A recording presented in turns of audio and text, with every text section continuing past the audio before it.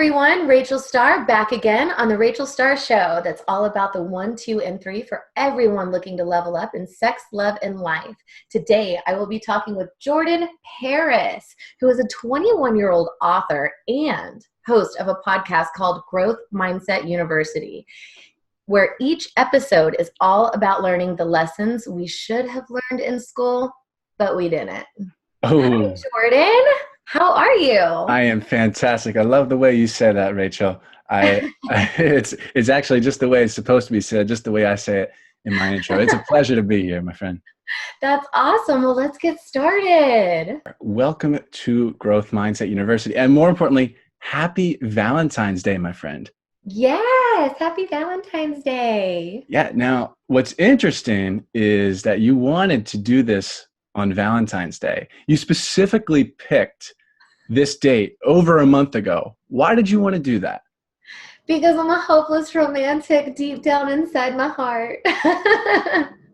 I'm very much the same way. Very much the same way. I'm a hopeless romantic. What do you mean by that? A hopeless romantic? What makes you a hopeless romantic?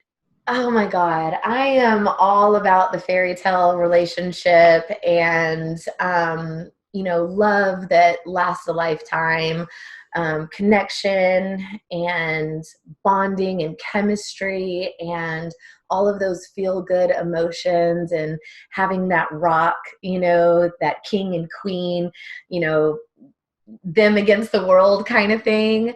So I saw it on the schedule. There was like all these different dates and times, and I saw that one on the schedule, and I was like, I think I want to do my podcast on Valentine's Day because, like, I know that by default, we're going to have to talk about love at some point, and it's my absolute favorite subject to talk about. So, yeah, I saw it come through on Valentine's Day, and I'm like, what? I'm like, does she even realize that she did it on Valentine's Day? yeah. But there's a couple of elephants in the room here, Rachel. I'm going to address one of them right now. You talk about having that rock. What does having that rock look like when you're the biggest porn star in the world? How do you manage a relationship when you've got manage your relationship with your work? See, I'm almost fumbling for words. Like, how does that play itself out? It's hard. It's definitely challenging in all the ways that I think most relationships don't have to think about. So I've been involved in the sex industry since I was 18 years old. So I was first an exotic dancer. Little bit easier to be in a relationship in that setting, but still very complicated. And then I decided, let me just progress this into being a porn star. And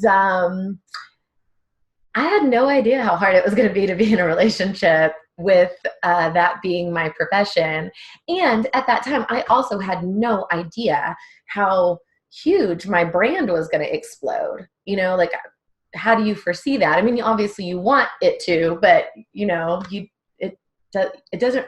You get years down the road and all of a sudden it hits you and you're like, whoa, didn't see this one coming, but you're happy about it. So, being in a relationship, as any sex worker I think can attest to, is very, very difficult from the standpoint as by default, it's not traditional. And what I mean by I use sex worker loosely. For me, a sex worker is somebody that is a webcam model, is an exotic dancer, is a porn star. I kind of lump all of that in. Maybe you do phone sex, maybe, you know what I mean? Like, there's phone sex hotlines, there's texting lines now.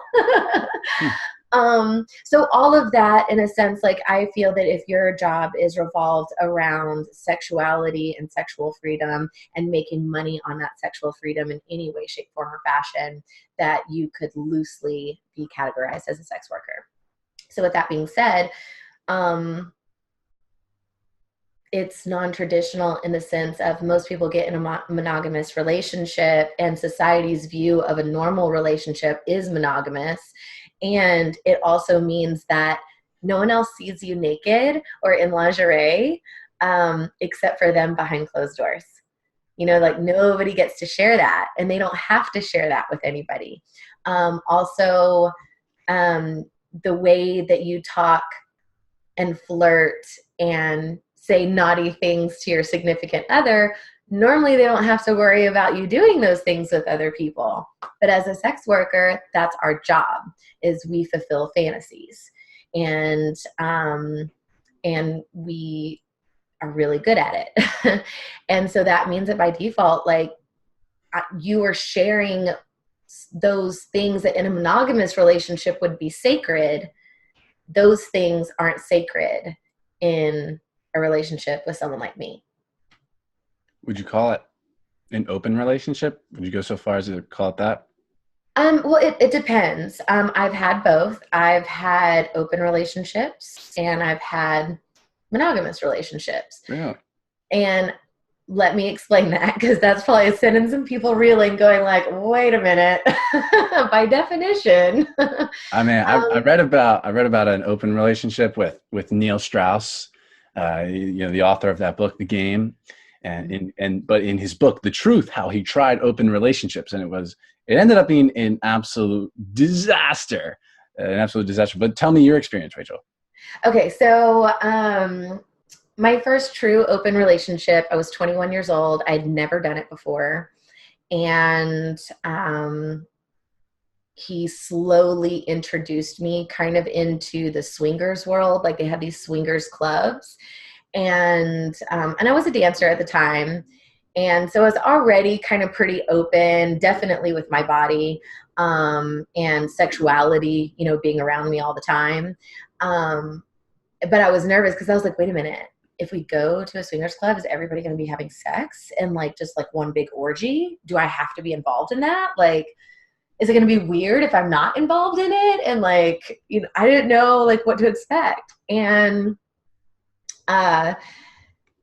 so I was very nervous, and he was like, you don't have to do anything you don't want to do. It is so chill. If you just want to go there and observe, and we drink and have a good time with each other and just chit chat with people, we can do that. If you do get a wild hair and you want to make out with me and whatever, he was like, it can be just us making out in front of everybody. If you want to make out with another girl, you can make out with another girl. Like, he was like really open about it. And I'm like, okay, wow, this is different.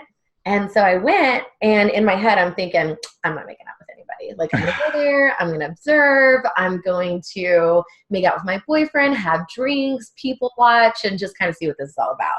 We're going to go home. We're going to have sex, and I'll check that off as I did that, And I went there, and I was kind of like in my box, and for like the first 30 minutes, and I got a couple drinks in me, and then he's like rubbing on my leg, and then I'm giving him little kisses, and then all of a sudden, like, we're making out, and I'm looking around, and I'm seeing like all these other people, how like just open. I mean, they're wearing really like flagrantly hardly any clothes. Like, some of the girls, like, I'm like, whoa. And people were like hardcore making out. And then all of a sudden I looked over, and I see this girl, and her head is like bobbing up and down. Like, there's like these sheer black curtains, so it was like you could hardly see. So it was kind of secluded, but I could see her head bobbing up and down. And I was like, I'm pretty sure that's a BJ. Pretty sure she's giving her man a blowjob. So I'm like, hey, is that what I think it is? And he was like, yep, it is. And he was like, are you comfortable? And I'm like, I'm fascinated, because I'm an exhibitionist. And that was how I didn't even know what that word was. I just knew that I wasn't modest, and I was really okay with being an exotic dancer. Like, I had no qualms about it. It was really easy for me to get on stage, and no problem. And he was like, well, good, if that fascinates you. And I was like, could I do that to you and here right now, and we would not get kicked out? And he was like, yeah. And I was like, I am so game right now. Like, game, you know? So one thing led to another, and that happened, and that was my very first experience being in one.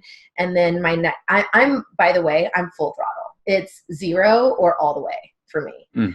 And so that was my I was mid throttle there. Like it was all a new experience. So the next time I went, I was like, I'm going to find this a little hottie girl and bring her in here, and we're just going to see what happens.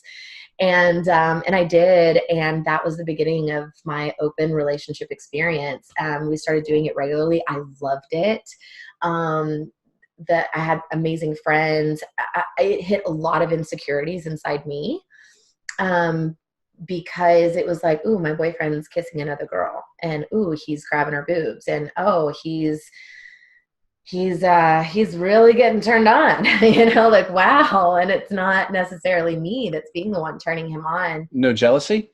There were times, yeah. So, and I should backstep it with that. So we communicated on a level that was like almost tedious, the level of communication that we did, but it was well worth it because, so every time we would go, it would be a new experience. And afterwards we'd go home, and on the ride home, we'd be talking about that experience. And he was really good at asking me questions like, what was your favorite thing that you saw tonight? What was your favorite experience? And so I'd tell him that one, and then he'd be like, okay, what was the most shocking experience that you saw?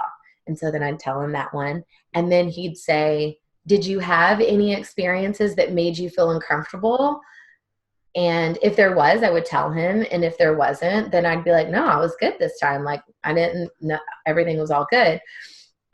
So he was really good about setting a foundation for there to be this really open conversation, not waiting until the next day. It was like, immediately we walk out of the club, we're getting in the car, and it's like on the ride home, we're having a heart to heart about, emotions. And he made such a safe place to have those emotions, because sometimes emotions aren't logical. And there were times where I was jealous. Like there was this girl, oh my God, Jordan. Oh, she was drop dead gorgeous.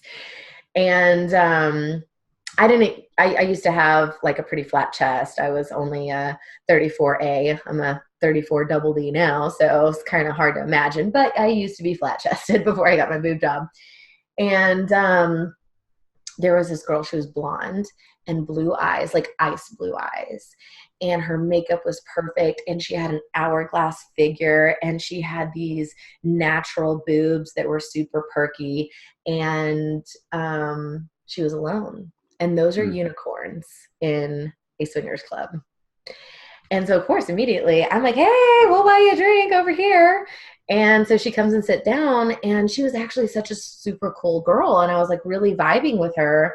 And all of a sudden, like, she's like, why don't you do a body shot off of me? And I did. And then she did one off of me, and then it kind of spilled. And so she licked it up my neck and started making out with me. And that was all cool. And then she whispered in my ear, can I make out with your boyfriend too? And there was this moment inside me where I'm like smiling on the outside, but on the inside I'm going, oh my God, but I think you're prettier than me. And I'm not sure if I want my boyfriend making out with a girl that's prettier than me. But I can't say that. I was like, yeah. Do I ruin the entire moment, or do I just say, yeah, you can make out with my boyfriend? And so of course I said yes. And so they make out, and I'm all like, I'm totally okay with this situation right now.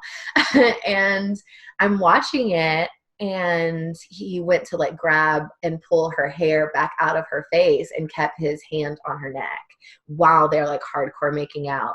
And I went, oh my God, that's what you do to me. You're not allowed to do that to other people. That's what you do to me. But that was my inner commentary happening. And I worked through it. Like I was okay. So we had this cool little thing that anytime something uncomfortable happened, rather than making a scene, we would give someone a little tap. It was like a little double tap where the other person wouldn't notice that we did it or anything like that. But once we felt that double tap, that meant don't immediately stop and make it awkward. Just kind of, okay, time to like back off, or be like, oh, my throat is so dry. Can you hand me that drink? And it makes whatever's happening stop. And then he can re-engage. At that point, he would know to like pull me in closer. And we had a rule that like anytime there was a tap and we stopped something and we brought it in closer, we would both kiss each other, tell each other that we loved each other, and that we are both taking note of that moment, and we'll make sure we talk about it in the car on the way home. What's the biggest thing you learned from an open relationship? I learned that there's a difference between non-attachment and detachment. Well, explain that. What's that mean? So, well, first off, detachment's really freaking hard, right? Like, and we I won't go into detail, but we were talking about this probably 2 hours ago, a little bit. Explain what detachment means to you. So detachment means that when you detach from something, you revert back. You literally, you can almost imagine someone, detaching and like moving backwards, and kind of like their shoulders sink in and they just kind of go like isolation, right? Like they're detaching completely from the situation. Like, ooh, I don't like that.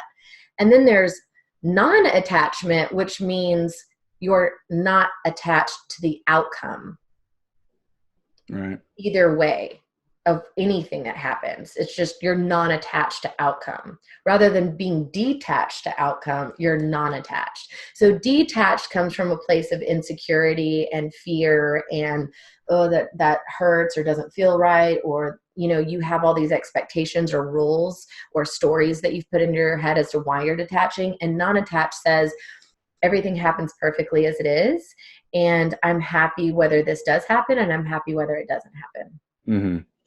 Now, I know there's so many other elephants in the room. People are probably egging me on, like why the heck hasn't he asked why the hell she's a porn star yet? Why hasn't he asked that? And we're going to get to that. I'm going to put a teaser here, but because we're going to get there. But do you think non-attachment, a state of non-attachment, is attainable, Rachel? I think that through constant practice, it is. But I think that there should be realistic expectations from where you're starting to how fast you're going to get there. So where I was at 21 years old and learning it for the very first time, let me tell you how many hiccups I had in that car ride home. A lot. I mean, a lot. I mean, we had so many sit down, multiple hour-long conversations of, what happened. And sometimes you don't know. Sometimes it's hard to express feelings. Like, your easy ones. Like, I'm happy, I'm sad, I'm angry, like those are easy ones. But the key is to dig deeper into those emotions. Like, I could be like, it made me feel angry seeing you put your hand on her neck and kiss her exactly how you did me. It made me angry. Okay, give me another emotion that's deeper than anger. It made me feel jealous. Okay, give me a deeper one. It made me feel insecure about the way you kiss me being the same as kissing her. I'm not significant anymore because you're kissing her the same as me. And I need to feel like I'm significant more than any other girl in this room that I'm sharing you with. Okay, let's talk about that. What makes you feel that way? Like what are the key things that make you feel significant in our relationship? What are the things that I do that give you that significance? And so, and these are questions that I was never used to, even number one, being asked, and number two, even having to think about and analyze within myself. And so it was beautiful, because I feel like in the year and a half that we were together, I grew exponentially in who I was, what I was okay with, what I wasn't okay with, what I needed in a relationship and what I didn't need in a relationship, what fulfilled me, what didn't fulfill me. And to learn in a year and a half from zero to like extreme, it was fast. And it was a lot to take in, but I value growth and learning. And one of the things that he always told me is, he said, anytime that you're in a situation that is uncomfortable, you are about to learn something either about yourself or someone else, but either way, you're going to have insight and growth from it no matter what. No matter what. Mm-hmm. Because we naturally gear towards things that are pleasurable and we move away from things that are painful. But things that are painful, we learn really fast from those experiences because they're painful. Yeah. You know, it's the same old cliche of a kid touches the hot I was stove. literally just going to say, I have a scar from when I was 3. It's like my earliest memory. It's right there. Yeah. Yeah, so you touch the kid touches the stove and learns real quick, I'm not touching that damn stove again because that fucking hurt. Yeah. Versus, you know, someone that says, oh, it feels good to learn my ABCs. Like, oh, mommy was proud of me because I said my ABCs. And it's not like you did it correctly the first time and from then on out you do it correctly from then on after. Sometimes you still stumble. It's just like walking. Oh, mommy was happy because I walked instead of crawled. But how many times do you try to walk and you still stumble a few times until you're older and you have it perfect? Right? So you learn faster from pain. And so I thought that was very interesting and very insightful. And I was like, I'm really picking up what you're putting down.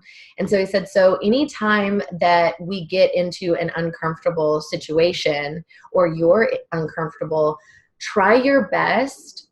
If you can handle it, try your best to see it all the way through and start taking notes of all the emotions that you're feeling so we can talk about all of those emotions once we get in the car and we're back home. Like, so that way we can really analyze them. Try to make yourself insanely aware of what you're feeling and try to dig deeper, because you know the question I'm going to ask you is, okay, did it make you angry? Did it make you sad? Give me a deeper emotion. So try to already be prepared to tell me what those emotions are as you're witnessing it. Right. It was beautiful. Well, it all sounds great, but why didn't it work? He passed away, unfortunately. Oh, I'm Yeah. sorry to hear. Wow. Okay. Did you ever try another open relationship or no? Um, and being in an open relationship is very much has to be in agreement by both partners.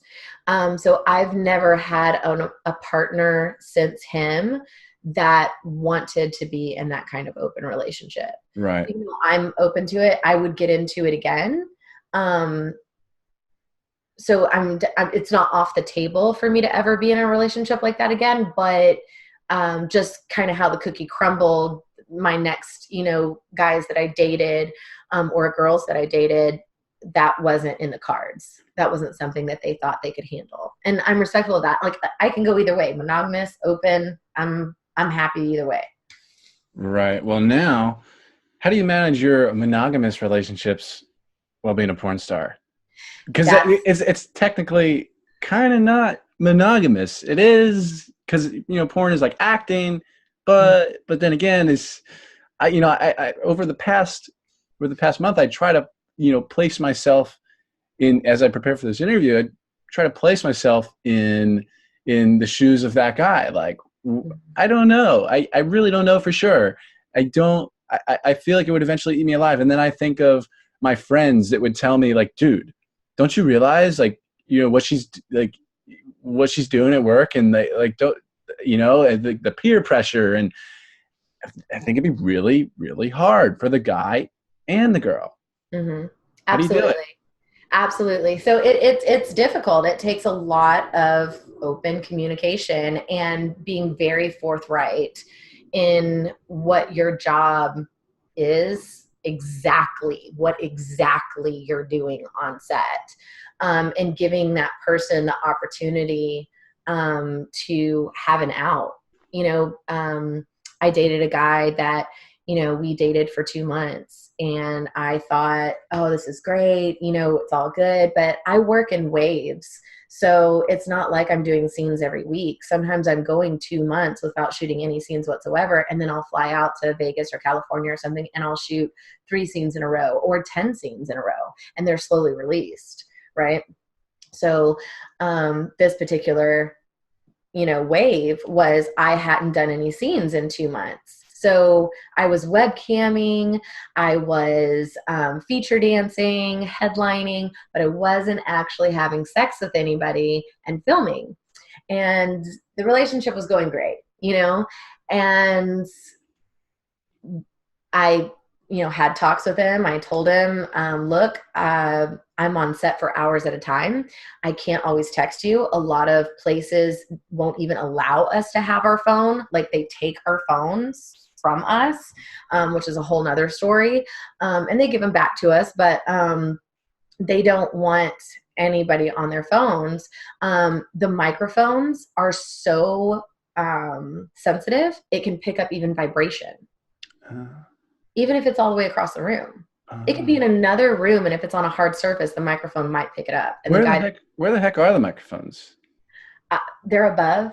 Well, they're kind of all over. They're like on sticks, and there's like, the boom guy. He kind of like holds the microphone wherever he needs, and so it's kind of hovering over where the camera line is, so the consumer that's watching the porn can't see it, but it's kind of over the top. Man, I forget too that there's a whole set. Mm-hmm. Yeah. And so there's all, so I go on set and I'm like, oh, I'm not going to be able to answer. I can be able to answer on my way to work, but I work super long hours. I don't know how to tell you. It could be 8 hours. It could be 14. I can text you when I get, offset. We're in different time zones. Could be already asleep, whatever. And then I'm going to bed and I'm waking up ASAP and getting right back ready for set the next day to do it all over again. And so I tried to explain all of that. I explained the professionalism of it, how it works with guy and girl and scripts and the testing and all of that stuff. And he testing? thought I could heal. Yeah, STD testing. Yeah, that's what I thought. Okay, that's a whole separate question. Continue. Yeah. So we're regulated by the government and things like that, we have to get tested to make sure that we're safe, right? And so I thought we were good. He thought we were good. This is his first rodeo, mind you. We've only been dating for 2 months, and this is the first week I've ever flown out where he knows in his head, logically, it's my job. This is for a paycheck, right? It's very objective. It's not subjective. It's very objective, right? He logically knew that. But once I got there, first day is kind of cool. Get into the second day. I'm noticing a little something different in the text, but I'm like, oh, okay, we're still good. Third day, I'm like, okay, this is getting uncomfortable for him, and I'm trying to be validating. I'm trying to be open. I'm even sneaking away at this point, trying my best to like text him a little bit more than I'm supposed to be on my phone. Fourth day, I got a little bit more time. I was offset a little bit early, so I made sure I called him. I was on the phone with him. I'm trying to engage with him.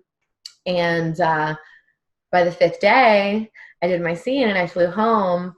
And we didn't meet up that night.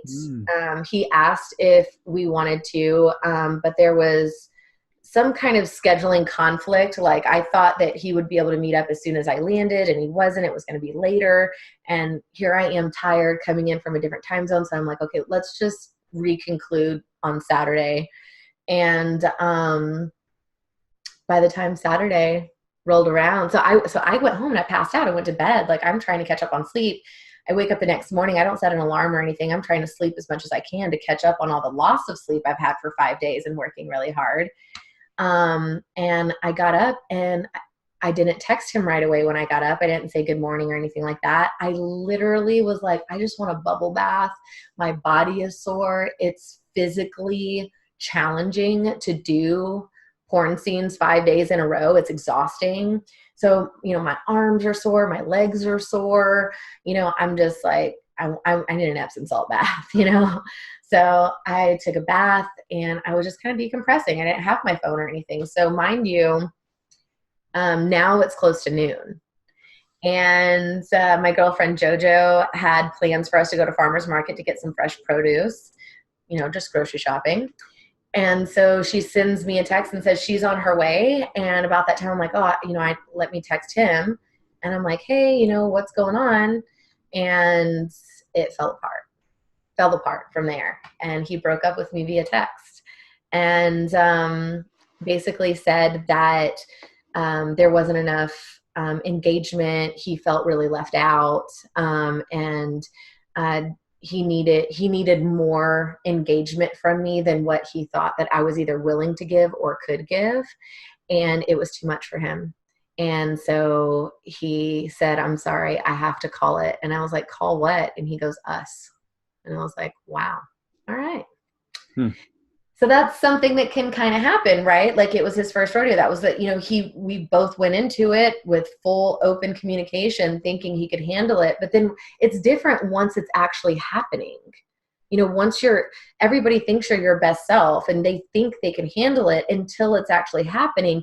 I'm thankful that he knew himself well enough and was honest with himself enough to call it right then. Like, I can't handle this. This was too much. Because most people keep putting themselves in that same situation and trying to swallow it and keep forcing themselves to try to accept it because they battle with the logic versus the emotion of the situation.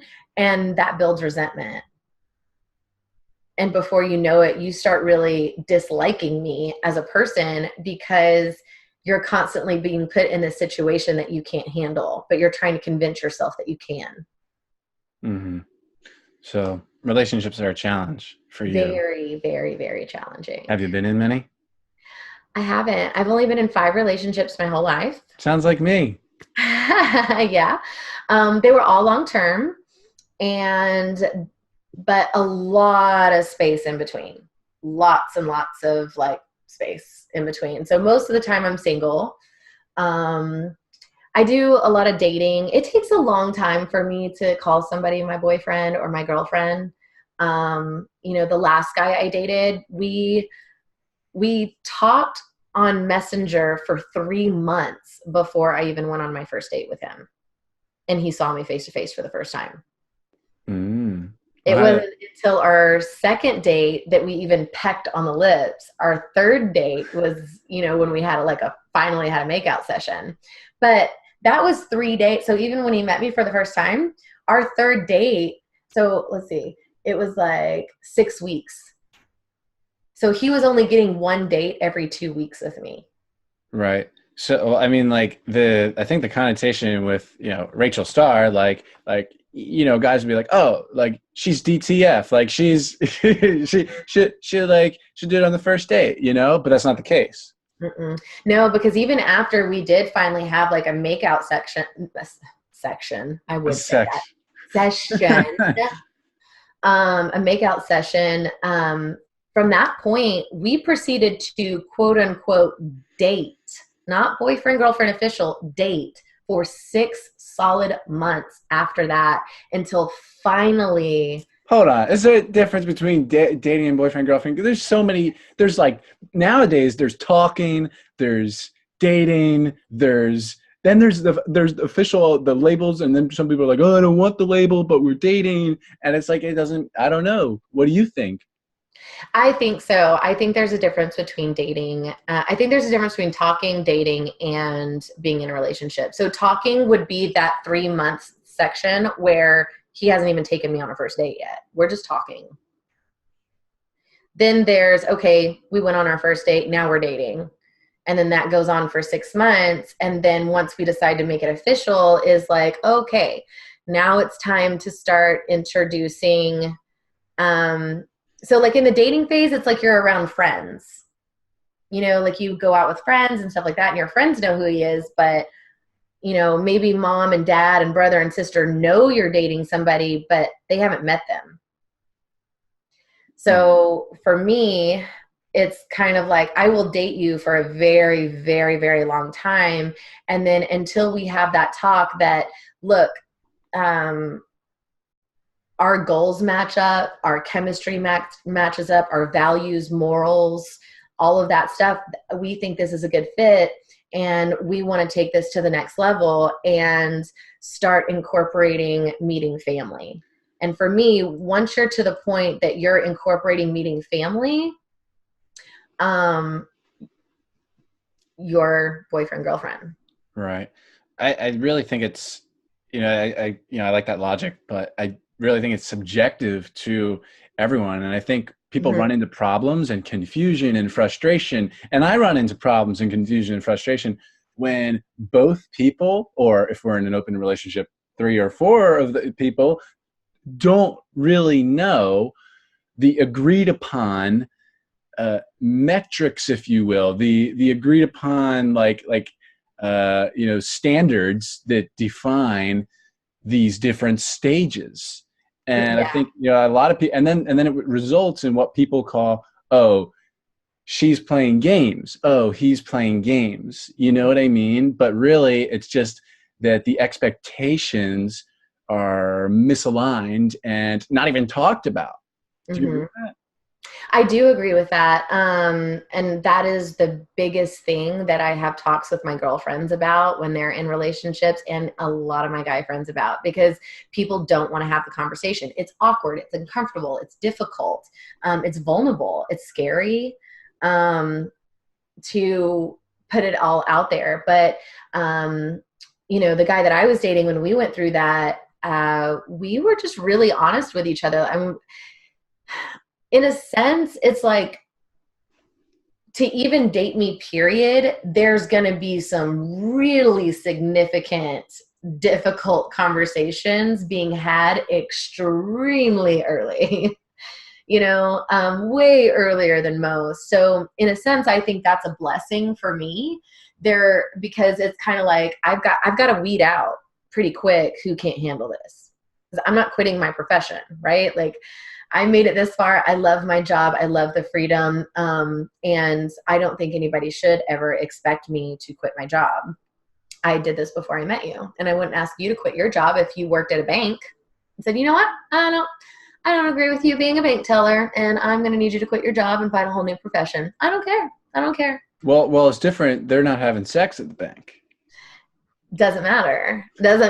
Like, for me, it's not fair to ask anybody to quit their job, to Sure. quit their Okay. career, to quit their profession. Okay. It's just not fair. It's I don't care if you work at In-N-Out Burger and I'm vegan, so I don't want you working at a burger place. So you need to go work at the salad shop down the street. Excuse me? No, that's not how this works. Yeah. Why porn? Why the heck did you get into porn? Let's start with your upbringing Oh, okay, and yeah. sort of go along the timeline here. We know exact answer. You started telling us about that, but of all the things that you could be, you could, Rachel Starr could be an astronaut. She could be I don't know. She could be a construction worker too. She could be I don't know. You could be working in an office. You could be anything. Why porn?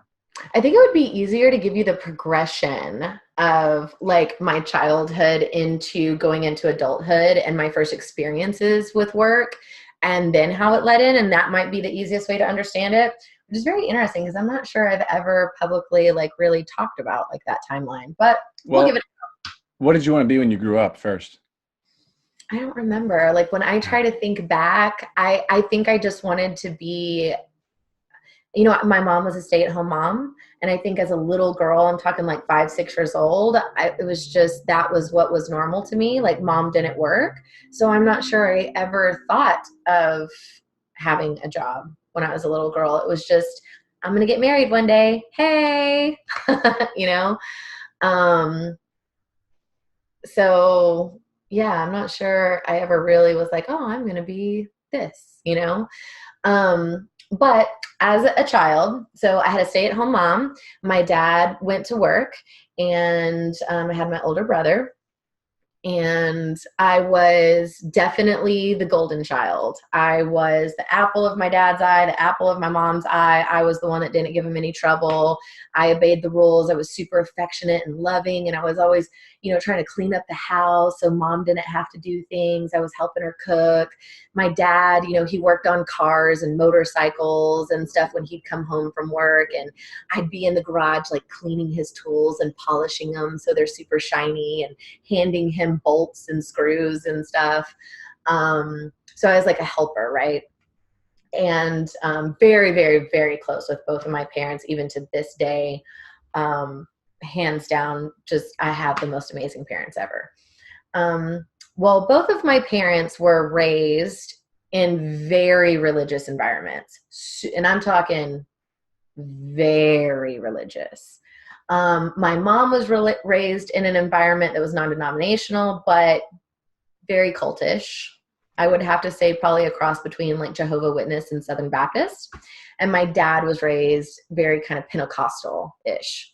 And I think that when they were kids, they didn't know any better and they, follow suit or whatnot. But when they started to get older, maybe they were starting to question some of the things that they were being taught. They were questioning some of the rules that they were having to abide by. And although they still followed along with suit, but they still questioned them. And then they got together and my dad conformed over to my mom's side into this very cultish type, non-denominational thing. And that's how I was raised as a kid in the beginning stages of their marriage. And so I grew up going to church and doing that whole thing, although we didn't call it church, we called it meetings, which is a whole nother story. But, anyway, so I grew up in this very solid white picket fence family. They go to church every week. Dad goes to work. Mom's a stay-at-home mom. We have the kids, preschool, like kindergarten, the whole thing. And just very, very normal. And the older I got,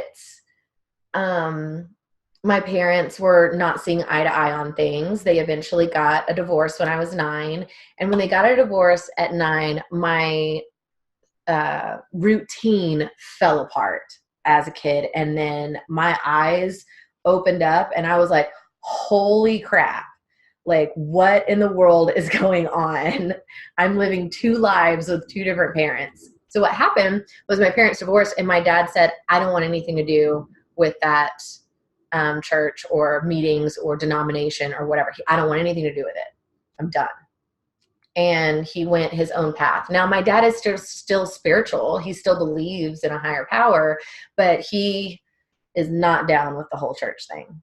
He just does his own thing. And my mom kind of quit going as much, but still kind of went. And that was interesting for me because the rules changed. The rules changed in a sense of, okay, I go to dad's and now we don't ever talk about all of these rules that I had to abide by before. And when I talk about rules, like when I was a kid in this church with my mom, we weren't supposed to have a TV. We weren't supposed to have radios in the car. We weren't allowed to wear red lipstick. We weren't allowed to paint our fingernails. We had to wear dresses below our knees, and we weren't supposed to cut our hair. And we were supposed to be very submissive to the male. And we weren't really supposed to have much of a voice as a girl. And that was my normalcy, right? That's the only thing I ever knew. And then all of a sudden my parents get divorced. My mom has to get a job.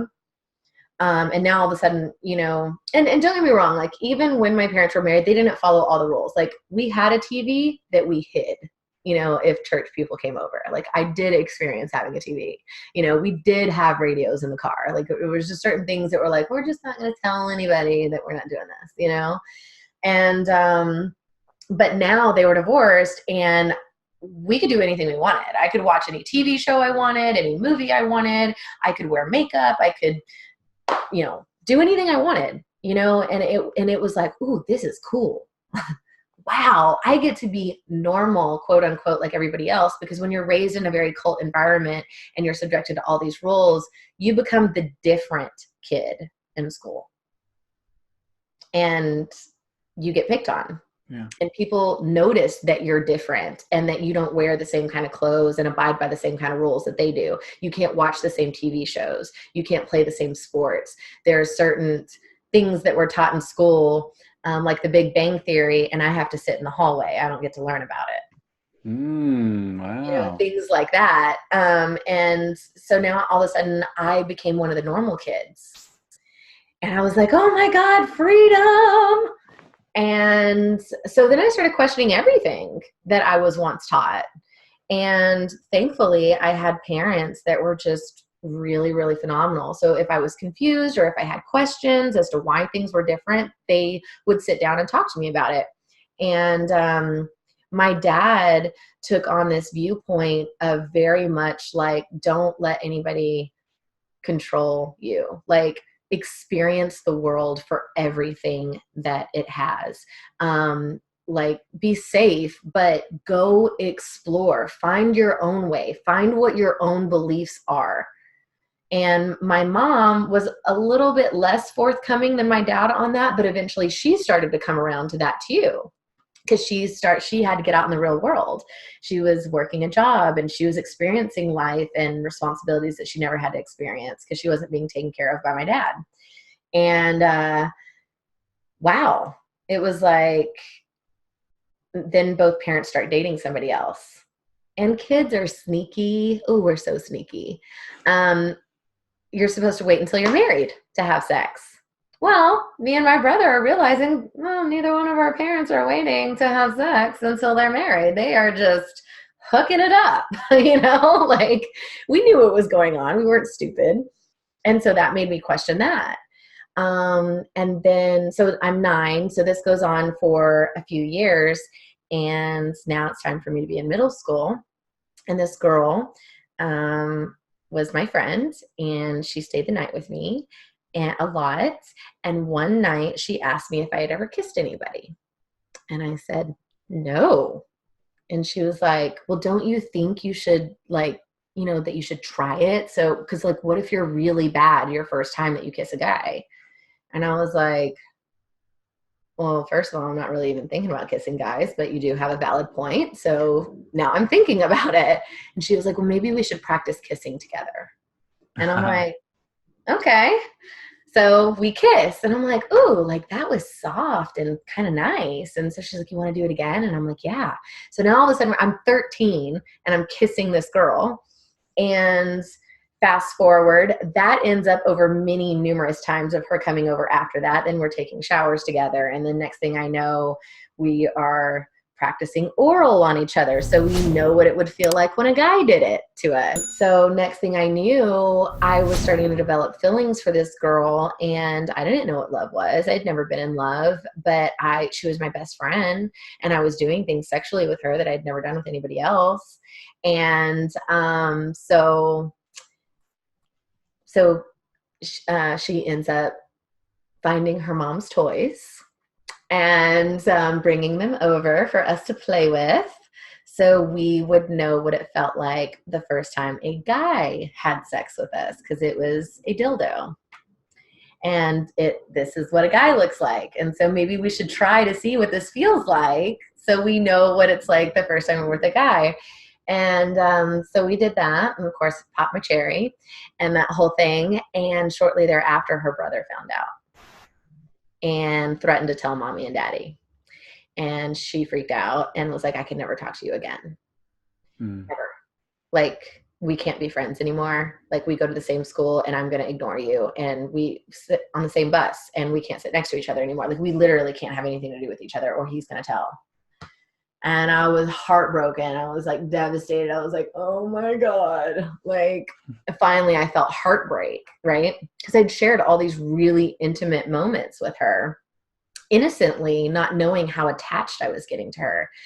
And so now I'm 14 years old, and I'm like, okay, I'm not supposed to be with a girl. All of this was to be with a guy. Well, I might as well experience what it's like with a guy.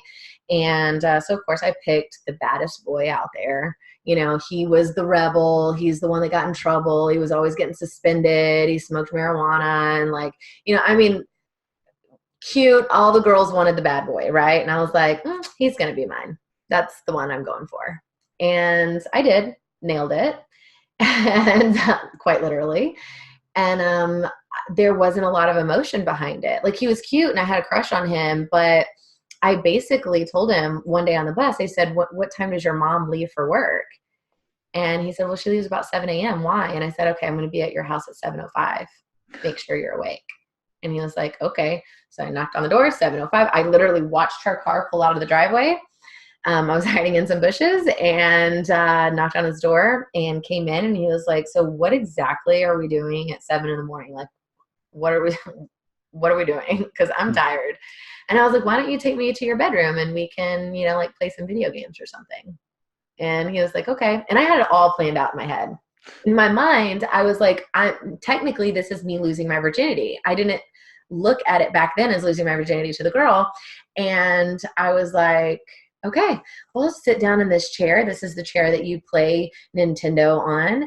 And he's like, well, what game do you want to play? And I literally just took my top and I pulled it off. And he was like, what in the world are you doing? And I climbed on top of him like I knew what I was doing and straddled him. And I started making out with him. And of course he's making out with me back, but he is like so shocked. He's like, what is happening? You know? And I just whispered to him, I was like, do you have a lock on your door?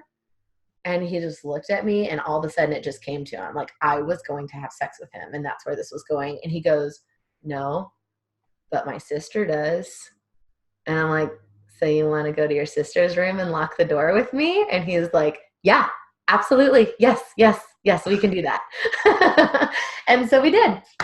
And we went in there and we, had sex. And I went and sat with him on the couch afterward. The whole thing lasted like maybe, 10 minutes. And went on the couch. I stopped him, by the way. Like we were halfway through it. So it lasted pretty short because I stopped him. I'm like, okay, I've had enough of this. And I've experienced it. We're good, And we went and lay down on the couch for a little bit, watched TV, and maybe I laid down with him tops 15 minutes. And I was like, okay, gotta go. See you later. And I left, and that was that. And that's a transaction, not a relationship. Exactly. It wasn't. And we weren't really in a relationship together. And so he went and did his own thing with other girls, and I went on down the line and did my thing with other guys. And later on down the road that year, he did end up coming to me and saying, are you over, being with so-and-so, because I'm just wanting to know, like, are we ever going to be a thing? And I was like, oh, I didn't know you wanted that. And he was like, well, yeah. And I was like, well, I guess so. And he was like, you guess so? And I was like, yeah, we can be boyfriend, girlfriend. And that was how it happened. And I was in a relationship with him for 5.5 years. And wow, from age what to what? 14 to 19. Okay. So he even stuck with me through the stripping when I first started stripping when I was 18. So fast forward, Dad finds out that I lose my virginity and flips a freaking lid. He was devastated. And plus, you got to think I was 14, right? Dad is like, he's raging, like wants to kill this guy. And then he's devastated that his apple of his eye baby girl, Angel, that doesn't break any rules, has lost her virginity, right? So it was a little bit hard. I ran away from home and I worked at Slotchki's, which is a deli shop. That was my very first job. Slotchki's. And yeah. And I moved in with my friend's mom, and like the deal was that I had to pay the water bill and I had to pay for all my own groceries. And at this point I'm 16 I'm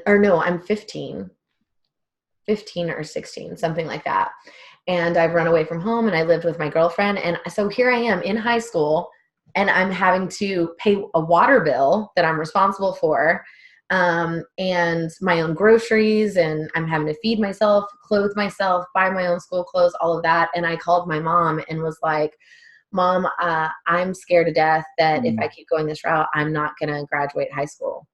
So I started experimenting with drugs like marijuana, and, I was taking shrooms, and I was just really rebelling at this point, like I was skipping school, and I wasn't the straight A student anymore. And I was scared I wasn't going to graduate. And I called my mom and I said, you need to find me a self-paced school or I'm not going to graduate. And so she did. And I went to a self-paced school, graduated in 5 months, started my very first real job, got my own apartment with my boyfriend at the time. And I worked at Blue Cross Blue Shield as a data entry and Experian credit union, taking disputes on people's credit report. And I worked at a car wash. as a service advisor that sold details. So I had 3 jobs at 16 years old Yes, a and lot. living in my own apartment. So I grew up really fast, needless to say. Yeah. Well, my boyfriend had gotten into some drug problems and couldn't put methamphetamine down. Mm. And he ended up going to jail numerous times, and I just couldn't have it. He was cheating on me also all the time. I was devastated and heartbroken. Like, I mean, he cheated on me left and right all the time. And so I became really cold to it. You know, it was just kind of like it broke my heart, but I couldn't leave him. And the last girl that he cheated on me with, I called her, and he had been cheating on me with her for 9 months. And I just called her and I said, I'm tired of this. Like, you can have him, but I offer you a solution. Because he keeps going back and forth between us two. Why don't we set him up red-handed to catch him? Because neither one of us have ever caught him red-handed. And so she was like, fuck yes, you know?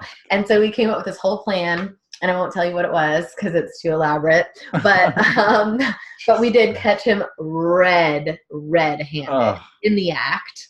And we became best friends, and I lived with him in that apartment. So I break up with him. I move in with her, the girl he had been cheating on me with. I move in with her, and then her and I get into a relationship. Whoa. Wow. Yeah. That's so crazy. talk about the tables turning. Tables turned. I wonder how he felt. Oh my God, you have no idea. I'm sure I screwed that man up to no end. So I was working a lot of jobs, and you know, I had to pay rent. Like, so she lived with her mom.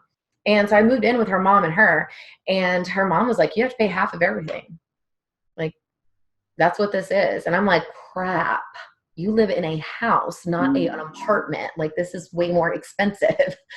And so I was struggling, and I called my dad one day and I told him, I said, Dad, I'm working 3 jobs. I'm paying rent. Like, all I want to do is go to college, and I don't know how I'm ever going to find the time. And my dad was very much like, you know, don't ask for help. Like, if you want something bad enough, like, you'll figure it out, but I'm not handing anything to you, and I'm not paying for anything. And he was very, very strict in that. Like, you don't get anything in life for free. You work for what you get. So if you want it bad enough, you will find a way. And I was like, Dad, I'm not asking you for money. Like, I genuinely just need advice. Like, I literally don't know what to do. I don't know how to make time for college. And he jokingly, so my dad, one thing about my dad is he is a huge prankster, like, always joking. You can never take anything he says seriously. He's hilarious. And he jokingly said, and I knew he was joking. He jokingly said, he goes, you love music. And he goes, you could always dance at a cabaret.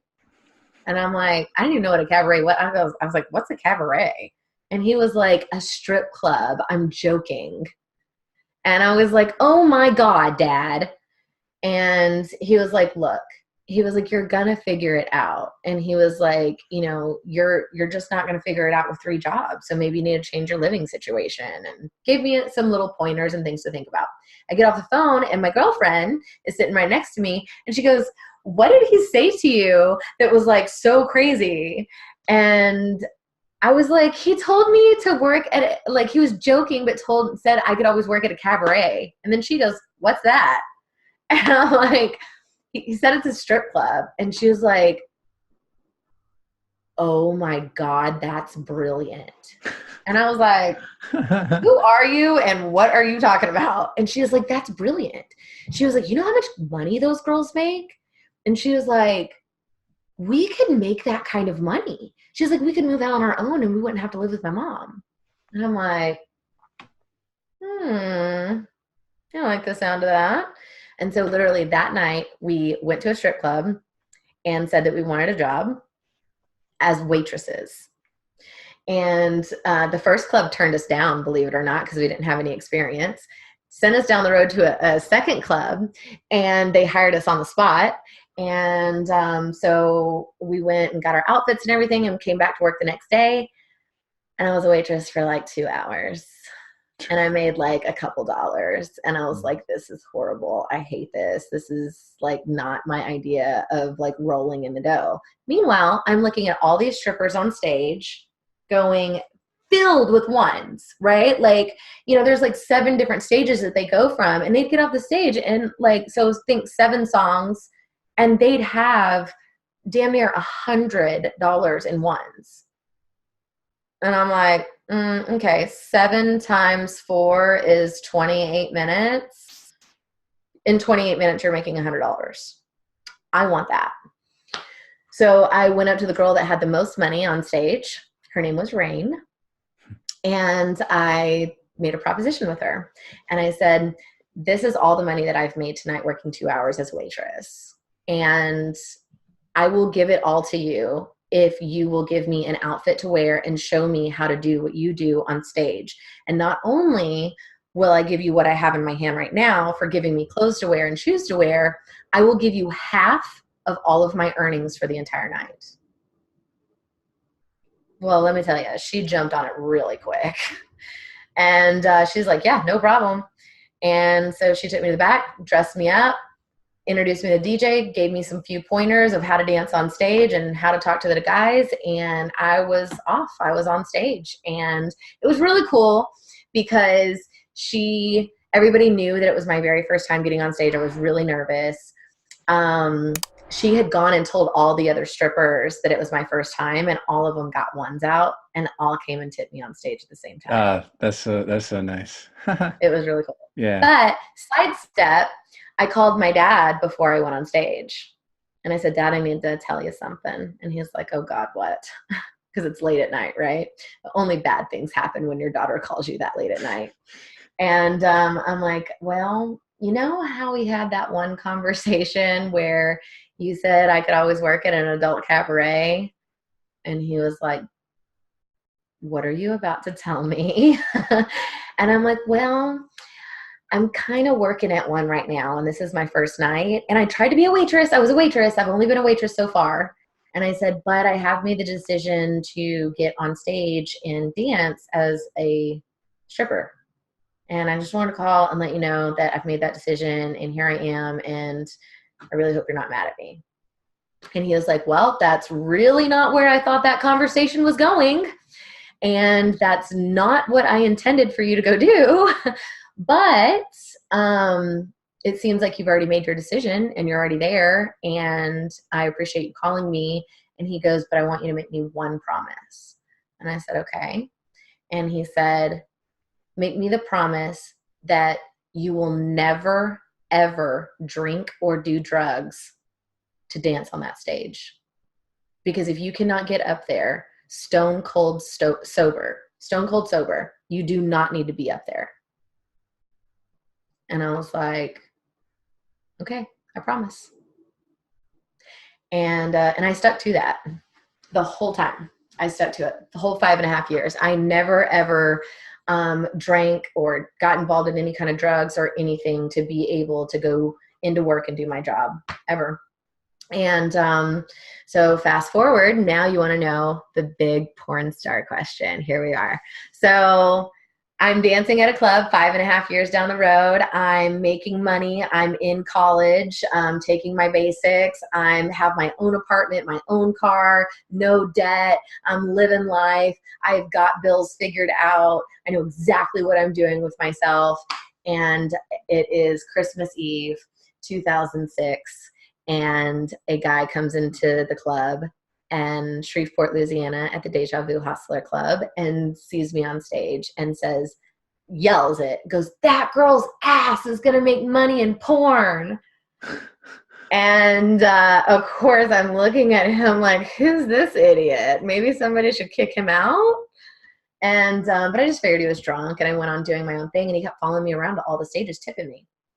And then afterwards, you know, he kept talking. He's like, I got to talk to you. And I was just like, oh my God, can you like leave me alone? You were freaking me out. Yeah, right. One, he was super young, and all strippers know that you don't make money on young guys. You make money on older guys because they're the ones that are established and have all the money. So you don't waste your time with young guys. And so he is young, and I'm like, this kid has no money. Like, get away from me. Like, I got a job to do, you know?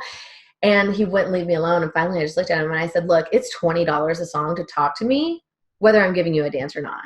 He pulls out $100 bill and he goes, I'm ready. And I'm like, okay. So take him to the strip club area, where we do the dances in the strip club. And he talked so fast, trying to get it out all out in 5 songs, and basically telling me how he was a porn director, he was porn talent, he lived in California, and that I was the perfect look for the perfect movie that was just going to have all kinds of awards, and he just thought that it was going to be amazing, and that he would fly me out there, and I would stay in a multi-million-dollar house, and I would have a driver that would drive me wherever I needed to go. And I'm like, blah, blah, blah, blah, blah, blah, blah.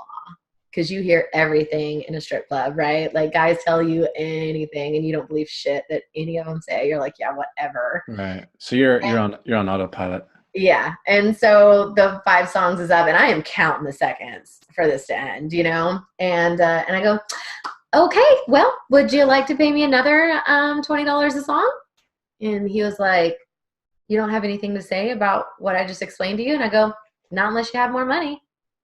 And he was like, nothing at all. And I was like, okay, well, I'm going to take that as a no, and I'm going to go out here and make money. I was like, have a nice night. And I left. And I went to go hustle more money. And anyways, he ends up talking to a friend, coworker of mine, and she thought he was gorgeous and that I was crazy for not talking to him. And I had this rule that I didn't leave with customers and all of this. Well, anyway, she ends up talking me into going to breakfast. She was like, we'll meet him at IHOP and just hear what he has to say. And I'm like, okay. And so we did, and he proves that everything he was saying was true. Like, proof. Like, he had DVDs, he had business cards, he was like legitimately, like, I'm like, holy crap, this guy really is a director. Like, he really is a porn star. Like, oh my God, that's nuts. Still not thinking I'm going, but I'm like, wow, this is kind of a cool conversation. We finish breakfast, and I'm like, okay, bye. And I leave, and of course I have this business card, and my girlfriend's like, are you crazy? What is wrong with you? And I'm like, what are you talking about? And she was like, your boyfriend died, okay? You have not dated anybody in a year, not one person. Like, all you do is work and go to school, work and go to school. Like, you literally have no life. And she was like, you haven't had sex in a year. And she was like, and this guy wants to have sex with you. And she was like, and how many opportunities do you think that you're going to get to have sex with a professional? And I was like, oh, well, I really didn't think about it that way, but that's a very valid point. So in my head, I'm thinking, well, if I'm going to knock out the cobwebs, well, might as well do it with some professional guy that's really going to lay it down. And so I called him back and I said, hey, meet me at the apartment. I want to have sex with you. And of course, so he came over, and we proceeded to have sex for like 4 hours straight. Oh, shit. And it was the best sex I had ever had in my entire life at that point. I was like, oh my God. And he was taking pictures of me and taking video of me, and we're laughing, and he calls his agent, and he puts me on the phone with his agent, and it's all just like this fun and game. And I'm like, ha, ha, ha, ha. And then the agent gets the pictures, and he's like, I do not care what you have to tell her to get her to California, but she needs to get to California. Like, there is so much money to be made with this girl. And I'm hearing him say this, like, I can hear it like on the phone, like on his cell phone, like, hear him saying that. And I'm like, what is going on? Like, me? Like, what do I have to offer? And I said, well, look, I said, I'll think about it, but, you know, I just saved up enough money to pay for my boob job, and that happens in 2 weeks. And, you know, I want to get that done first. And, you know, like, let me just think about things and I'll call you. And he was like, cool.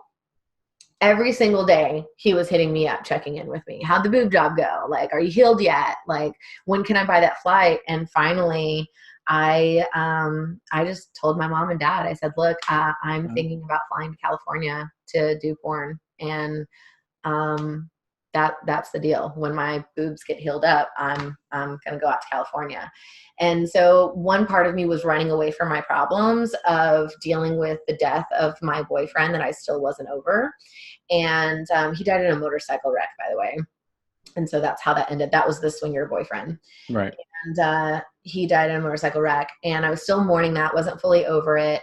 I was consumed with memories of him in Dallas, right? And I was in college, but I was like, I'm only in my first semester. I can go there. If it doesn't work out, I can always come right back and start doing what I was doing. And I just wanted to change the scenery. And I just felt like taking a leap and trying something new. And so I did. I called him and he bought my flight, and I did my first scene on February 4th, 2007, and I loved it. I fell in love with the camera. I fell in love with the atmosphere and the people and the freedom and the sexual expression and the adventure. And it was like this whole new world. I felt like a movie star, and I loved it. And I stayed for 2 months before I even came back home.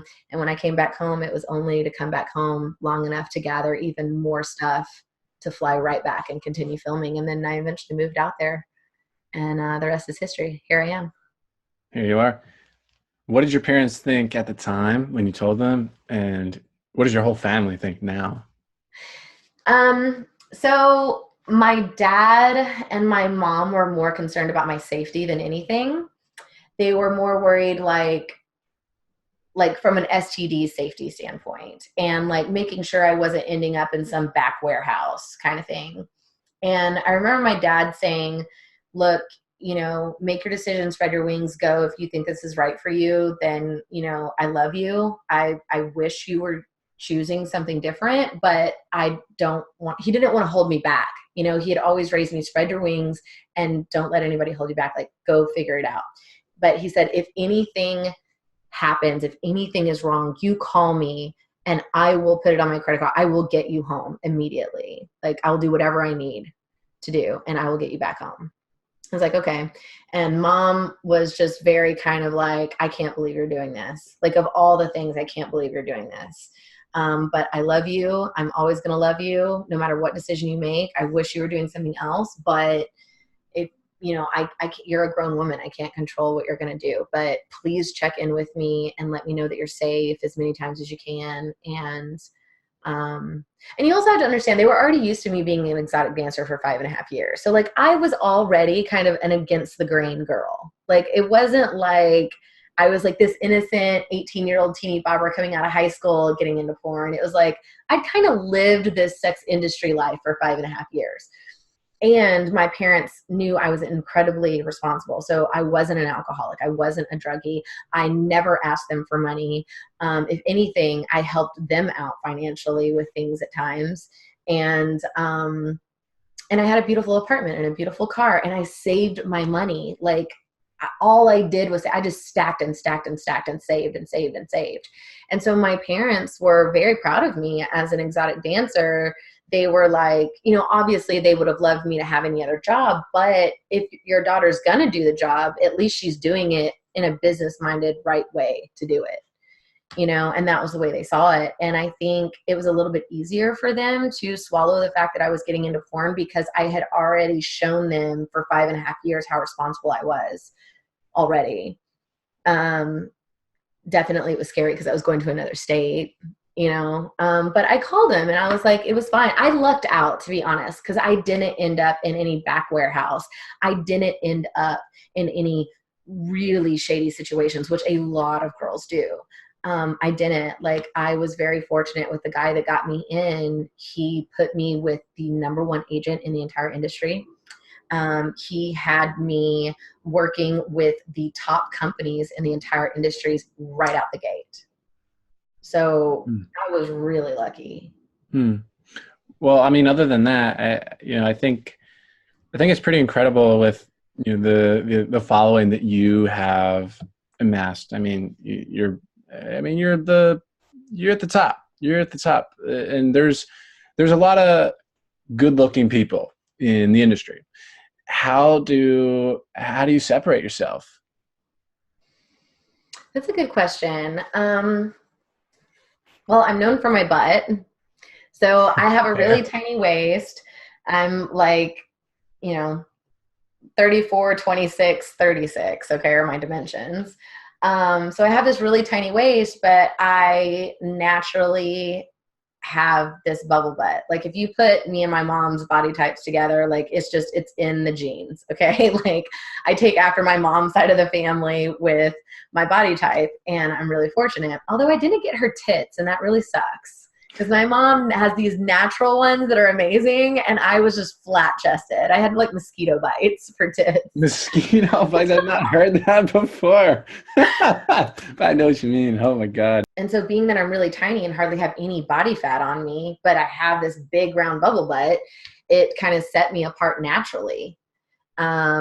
And it was before butts were really the big craze. It was just literally right before butts were becoming a craze thing. When did it officially become the craze? I did not realize. I would personally say that industry wise, I think that bubble butts really became a big thing. Probably 2009, 2010 was when it was really starting to take hold as a full blown like popular fetish that was highly marketed. Right. I think what's interesting, I mean, there's a difference between that and diaper butt. Like you see like what are the Kardashians doing, you know? Like and girls are trying to like imitate that. I actually heard I think it was on Joe Rogan's podcast that I think 34 people died last year from those like injections. I swear to God, like people are dying because of that, you know? It's I didn't crazy. know that. And by the way, I've never heard the term diaper butt, and that is the most comical thing I've ever heard in my Well, life. you can thank your friend Joe for that. I got it from him. No, so I set myself apart in that. And my very first scene, like I said, was on February 4th, 2007. It was for Naughty America, and it was called My Sister's Hot Friend. It was with the male talent Jack Venice, and the director was Brando. So I remember it like it was yesterday. It was actually filmed in one of Michael Jackson's old houses where he did recordings and stuff. It still had the original like switchboard in it. It was really fascinating. And I did my scene, right? I did the photo shoot, I did my makeup, I did all of that stuff. And there was one defining moment, Jordan, where I knew that I had made the right decision. And it was that very first scene. So I completed the photo shoot and the scene had just started. I said my lines, he said his lines, and now it was going in for a BJ. And the camera was maybe 10 feet away from us. And you have to act like the camera's not there. It's kind of like a fly on the wall. And so I'm giving Jack a BJ, and the camera's starting to come in closer, and you're not supposed to look at the camera or acknowledge the camera, but the camera's coming in really close. So it's like 10 feet, 5 feet, 3 feet. And now this camera is like maybe 1.5 feet from my face. And I'm giving this BJ, having to act like it's not there. And this thought came into my head, and I said, oh my God, like, what if hundreds of people see this and I look like an idiot because I'm not giving an amazing blowjob? Like, I better bring it. Like, or I'm going to be made a fool out of. And it's so funny to think, you know, back then it just goes to show, like, I really had no idea that I would be a big star, because in my head then I'm just thinking hundreds of people maybe were going to see it. I never thought in a million years that my scenes would be viewed millions upon millions of times. And in that moment, I was just like, I better fucking bring my A game so strong. And so I started giving him a BJ like I had never given somebody a BJ before in my life. I mean, I went full wild mode. And same thing with my sex positions and everything. I just, a switch flipped in me, and I became, just like I was an entertainer on stage for 5.5 years, I turned that entertainment mindset into, but now it's sex and I have got to entertain. I'm fulfilling fantasies here for people. This is entertainment. People are going to be watching this. And after the scene, I remember Brando cut the camera and he looked at me and he was like, "Are you sure that you have never been filmed before? You've never done a photo shoot ever?" And I was like, "No." And he looked me dead in my eye and he goes, "Not to be cliche, but you are going to be a star in this industry, hands down, if that's the very first performance you've ever done."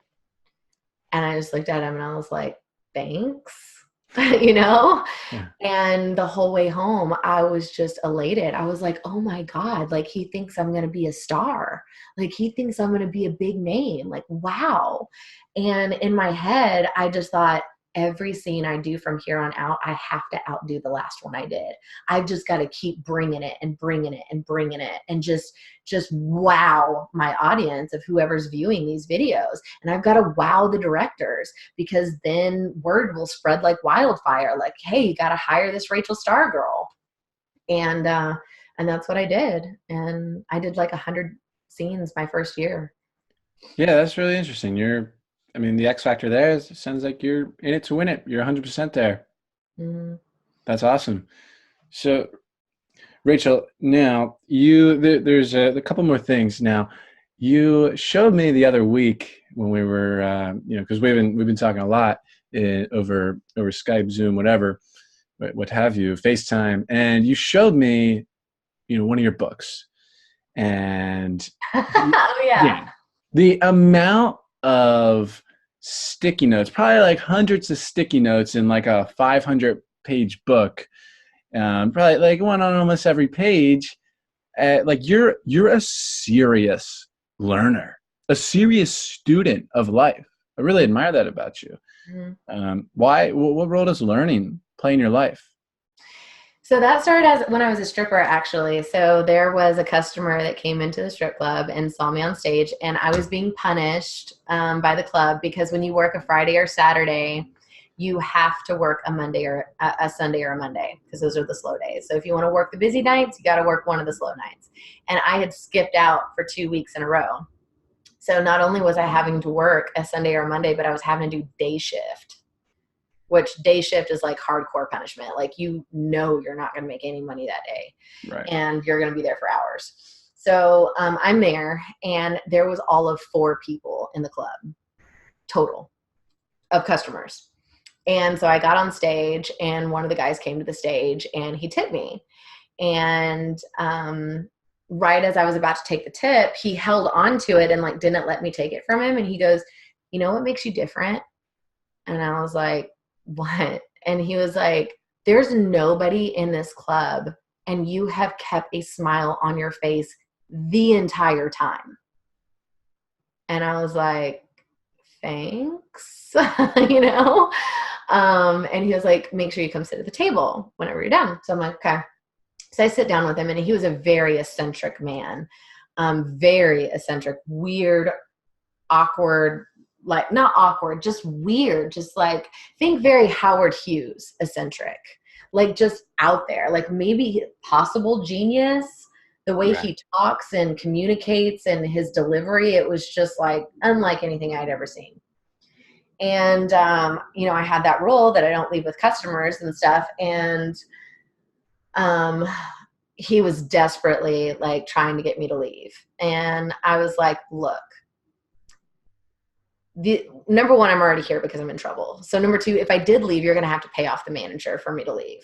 Number three, if I do leave, I'm not going anywhere with you unless it's in a public place. And number four, you're going to have to pay me serious money for me to leave. And there's no sex happening at all. So get that out of your head." And he was like, "Done." And I was like, "Okay, well, alrighty then." And so I thought, I just gave him a pretty crazy number to pay me. There's no way I was going to make that all day stripping. And so I was like, screw it, whatever. And I was 19, and maybe I was 20. No, I think I was 19. No, I was 19. I was 19. And I wasn't even old enough to drink. And he went to a bar. He didn't know I wasn't old enough to drink. So I met him at this bar. It was called like Margarita Lounge in Dallas or something like that. And So I was like, wait a minute, I can't get in. I'm not 21. Like, they're not going to let me in, checking my ID. And he was like, he started laughing and he goes, you can get in anywhere with me. And I was like, dude, like, I'm not sure if you don't know how the law works or something, but they're going to check my ID and not let me in. And he was like, come on. And he goes, first, we have a rule. He goes, I just paid you the money. You're coming out. And he was like, from here on out, you're never allowed to ask me why. You can't ask why about anything. How I'm going to do something, why I'm going to do something, whatever. He's like, you can't ask any questions. And I was like, no, I don't agree with that. And he goes, okay, I promise you I will never put you in danger of any kind. And at any point in time, if you want to bail out and say you're done for the night, you can leave whenever you want. But while you're in my presence, you cannot ask why. And I was like, okay, deal. So we walk in. They're like, hey, Mike. And I'm like, okay, they clearly know this dude. And they just open the rope and let us right in. And I'm like, well, alrighty then. We get to the bar. He buys the entire bar shots as soon as we walk in. Then he goes to the bathroom and he tips the valet guy $100, $100 bill for the bathroom. And I'm like, who is this guy? You know what I mean? Like, I mean, insane, right? And meanwhile, we're at this bar and everybody's coming over to him like, Mike, how you doing? Blah, blah, blah, you know? And I'm like, okay, like whatever. And I end up hanging out with him all night long, and I'm meeting all these amazing people, and everyone is just raving to be around this guy. And meanwhile, I have no idea who he is, what he does for a living, nothing. I'm not allowed to ask questions. And at the end of the night, I was like, okay, it's time for me to go home. I'm ready for bed. Like, it's been a long one. That was fun. Cool. Kudos. We exchanged numbers, all that. And he said, there's something different about you. And I was like, okay. And he was like, no, like, I've frequented a lot of strip clubs in my time. And he was like, and you are very, very different. And he was like, I just think that you haven't had enough people believe in you. You haven't had enough people give you any direction in life. And I'm like, you don't know me. I was kind of offended. I was like, you don't know me. And he goes, what if I told you that I could change your life for the better in ways that you could never, ever imagine? And I was like, okay, whatever. Yeah, okay, so you can change my life. And he was like, come to my house tomorrow. And I was like, no, I'm not going to your house. And he was like, okay, come to my office tomorrow. Here's the address. And I was like, okay. So I did. And I realized that he is the CEO of this massive corporation here in Dallas with all these employees running around. And he is decked to the nines in a suit and has this massive office. And I walk in and I'm like, hey, it's me from last night, you know? And he's like, oh, wonderful. Come on in, you know? And he gives me a book. And it was called The 4 Agreements by Miguel Ruiz. Oh, I have it. I can't pull it off the shelf. Somewhere up here. Well, I read it. I read it like 8 months ago. Yeah, and I know The Mastery of Love as well. It was one of my first reads by the same author. So yes, so that was my very first book. And he goes, "Do you read?" And I was like, "Not really." And he was like, "Read this book, and when you're done, call me." And he goes, "But do not call me until you're done reading the book." And I was like, "What is this about?" And he goes, "I told you I was going to change your life." And he goes, "No questions." And I was like, okay, so I'm never allowed to ask you questions, and you're going to change my life. And I just have to do what you say. And he was like, yeah, pretty simple. And I was like, okay. So I took the book and I left and I sat in my car, and there was just something different about him. I'd never met anybody like him. And I just said, fuck it. Like, what do I have to lose? Like, I'm still stripping. I'm still, I'm still doing my thing. Like, let's see what this guy's about, And, I did. And so every single time, basically, long story short, every single time I came back to him, he would give me another book. So it was like The 4 Agreements. And then it was like Good to Great. And then it was the 21 Irrefutable Laws of Leadership. Yeah. And then it was How to Win Friends and Influence People. And then it was Rich Dad, Poor Dad. And then you know what I mean? And then the list just goes on and on and on with all of those like super popular, amazing books now. You know, that's what I was reading. And mind you, like I hadn't read since like high school. That was not how I passed my time. I passed my time by watching TV, you know? And I didn't even read magazines or anything, but here I was reading all of these super intense books, and I found that I really liked them. And every time I came back to him, he would test me on it. Like pop quiz. Like he'd be like, you got 2 seconds. I'm going to ask you a question. You have 2 seconds to answer. You don't answer it right because you have to reread the book. He would make me reread books. And so it was a really amazing experience. And eventually he told me about Tony Robbins, which I didn't know who he was. And he said, I want you to go to one of his seminars. So this is the first, you know, probably 6 months that we're hanging out. And a ticket was like $400 back then. It was to UPW, Unleash the Power Within, right here in Dallas. And he goes, I want you to book a ticket and I want you to go. And so I called my mom and I said, you want to go with me? And she said, yeah. And so we went because it was buy one ticket, get one free. And so I took my mom with me, and it was the most life-changing thing that I had ever experienced, ever. And I became addicted to self-development and growth. And so I was addicted to Tony Robbins, and I got really addicted to Mike being my newfound mentor. And he mentored me for 10 years. Wow. That's awesome. Yeah, I love Tony Robbins as well. That was one of the first transformational books that I read in my life, The Awaken the Giant Within. I probably told you that, I think, like 2 weeks ago. I think we were talking about that.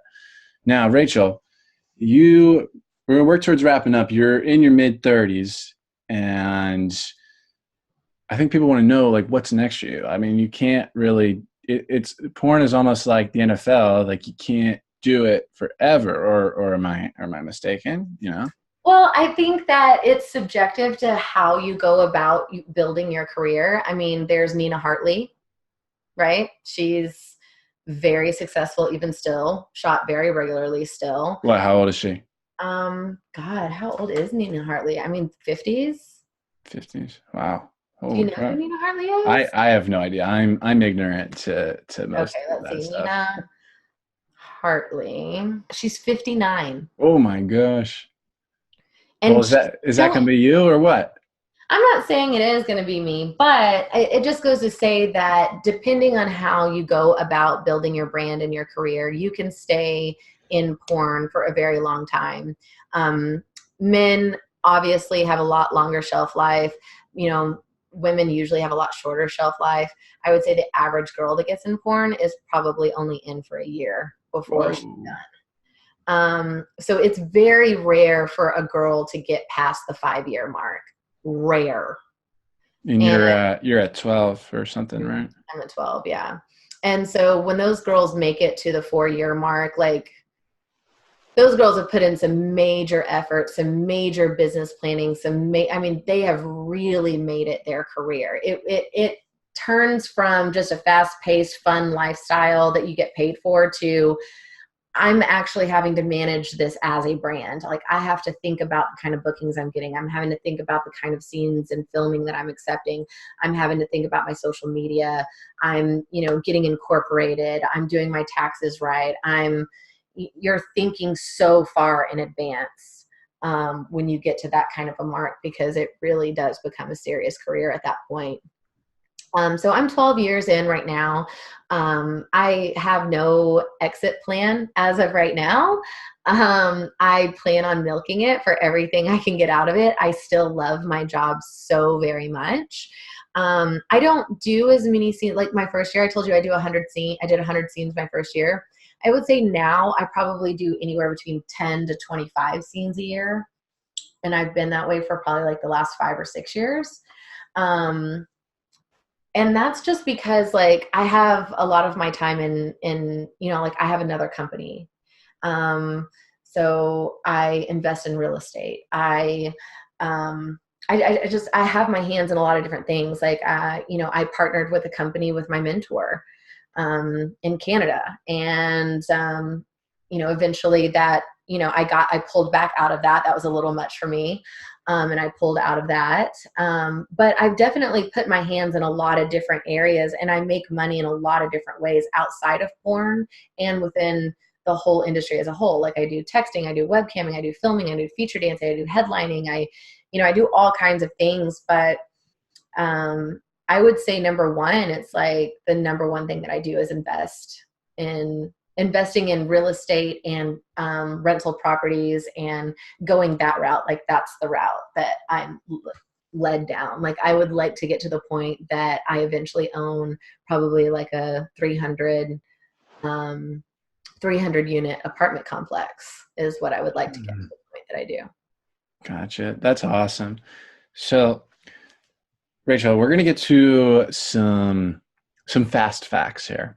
And these are rapid fire, and I want you to answer with maybe the first thing that comes to mind. Okay? You ready? Favorite song? Tina Turner, What's Love Got to Do with It? Oh, God, yeah. You just texted me that. I didn't realize that was your favorite. I thought it was just an in-the-moment thing.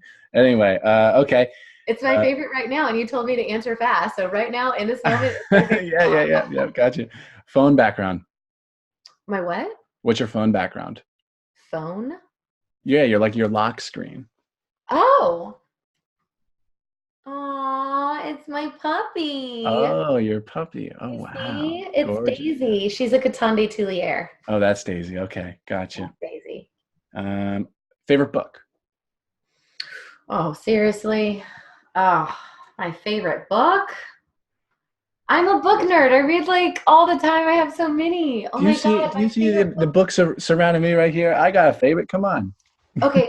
The Four Agreements by Miguel Ruiz is the very first one that set me on my path. The Four Agreements. Awesome. Cool. What's a bad habit that you have? Smoking. E-cigarette. I went from smoking regular cigarettes. Now I'm at e-cigarettes. And the Juul, to answer your question, the reason that I smoke the Juul is because it is the only e-cigarette out of all e-cigarettes that have actually gotten me away from smoking real cigarettes. Okay. And I think that that's a good trade-off because at least I don't have to deal with the smell and the smoke and the ashes and the, you know. So, I agree. I agree with you, and I totally understand that now. It makes a lot of sense. Yes. Definitely a good trade-off. Your favorite hobby? Oh, my favorite hobby. Going to the lake in the summer. Mm-hmm. Now this one has some back story to it with yesterday. Coffee or tea? Oh, heavens to Betsy. Okay, let me just tell people. I get on the phone with Rachel yesterday, and all of a sudden we're going on a journey to find her lost cup of tea that God knows where she put it. Where'd you put it? On the bottom of you put it on the floor of your pantry? No, it was in my closet. Oh, even better. I know. So so first of all, my voice was feeling a little my throat was a little scratchy. And so I was drinking green tea with honey in it and just trying to make myself, kind of get myself better. And it was my last bag of green tea. It was my last cup, or I was going to have to go to the store. And we had this call scheduled, and I sat down my green tea, and I couldn't figure out where it was. And by the way, my floors are dark. A lot of the rooms in my house are dark, and it was in a black cup. And I'm searching all over my house for this green tea, and it was a fresh cup. So it was warm and it had the honey and it was perfect.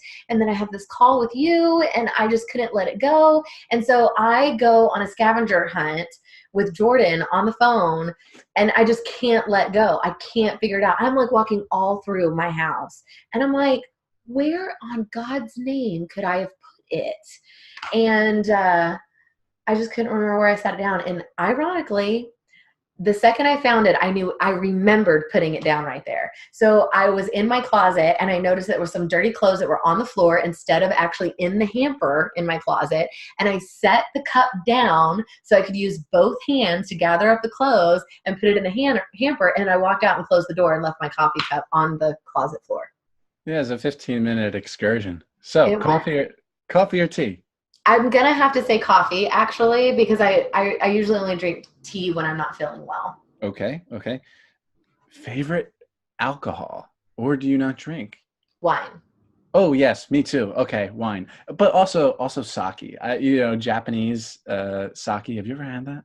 I have. I'm not a big fan though. What? Well, okay. I have this sparkling sake called Social, and it's like, oh my gosh, it's crazy. It's like four. It's only like 4% alcohol, so it's like not as intense as the regular sake.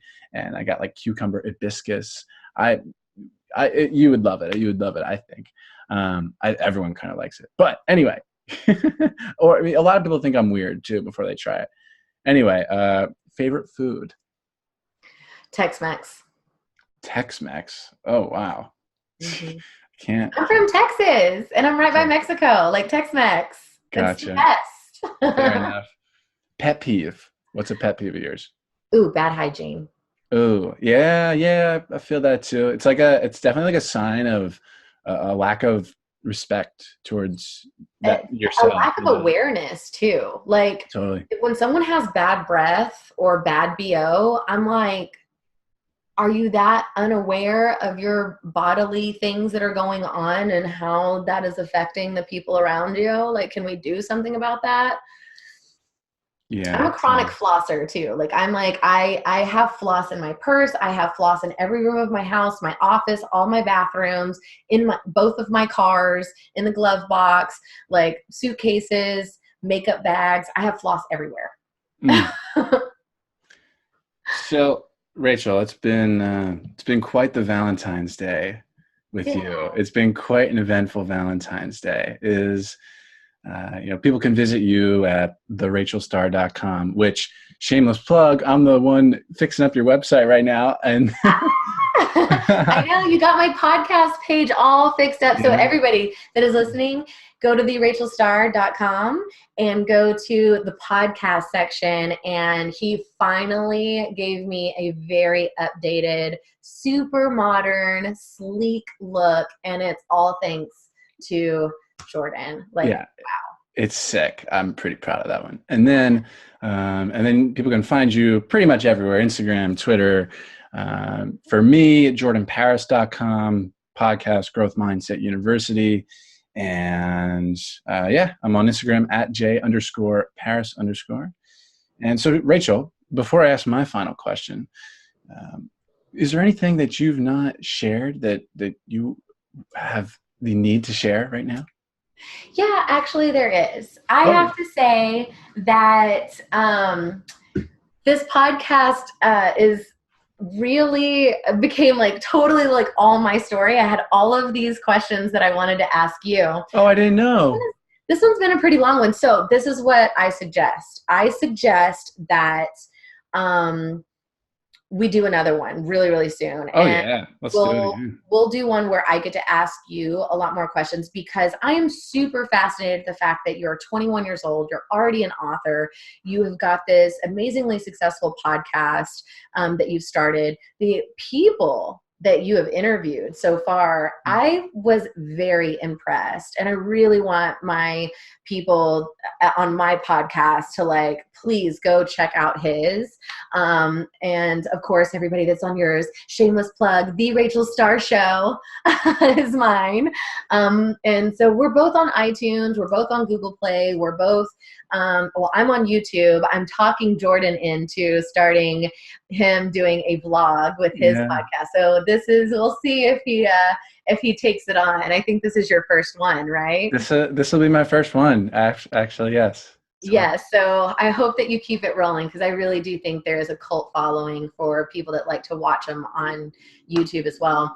yeah, especially with cool people like yourself. Oh, thank you. It's funny because this is the first time I've ever done a podcast in my webcam room. Mm. Very interesting. Like most of the time I'm in my office or I'm in my living room, and it's in person, or it's, yeah, like I just have a different background, but I don't know. I kind of felt like it's a different background and everybody that knows me and what I do, maybe they are very used to this background. Yeah. So, very interesting. But with that being said, I am very fascinated with who you are and what your story is and how you got started. And 21-year-old author, wow. And, you're a developer and you're going to college and wow. You've got a lot of ambition for a 21-year-old. You're super well spoken. We've spoke many times, before, leading up to this one, and I'm blown away. So I have got to get to know you better, and I want my followers to know about you because that's what mine is about. My podcast isn't all about sex and porn and Yeah. that stuff. It's really the 1, 2, 3s of life. It's sex, it's love, it's life, it's everything. Oh It's a yeah. I second that. I listened to it. Yeah. Yeah. So definitely let's get back on, and I'm going to have a lot more questions for you. But thank you so much for spending Valentine's Day with me. Oh, Rachel, thank you for spending Valentine's Day with me. And thank you so much for the kind words. I was going to acknowledge you as well, just for, it's no surprise as to why you've been successful because as we hit on in this interview, you bring it 100% of the time. Like 100% of the time, you're 100%. Doesn't matter who it's for. And I really appreciate that about you. And this has been amazing. And I'm super thankful. Thank you very much. Okay, well then until next time, and lots of love, and enjoy the rest of your day. Oh, well, hey, the final question. We got, we Oh, can't do the, I forgot. There was another question. You did say there was another yeah, question. yeah, Okay, yeah. So, look, I'm yeah, jumping the gun over here. don't jump the gun. No, come on. So, on my podcast, Growth Mindset University, since it's all about learning the lessons we should have learned in school but didn't, and each episode brings an upgraded guest with a brand new lesson. I was asked people if you could teach a course at a university, a course of your creation or otherwise, what would that be, Rachel? If I could teach a course at a university, and I'm the teacher, so I'm the expert in this course,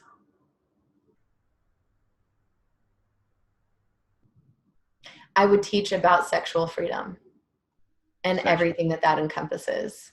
I would teach about not shaming people, being more accepting of people, exploring your sexuality, finding your power in it, knowing the difference between masculine and feminine energy that's not necessarily gender related.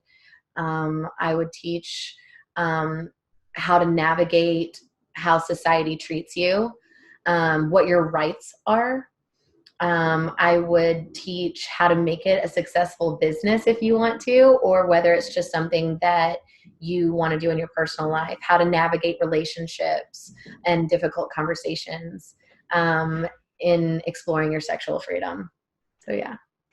Rachel Not sure Starr? a university would take that on, but if I could, Hey, that's what I would teach. keep that voice. Right on. Rachel Starr, you are awesome. Keep being awesome. Thank you so much. Thank you.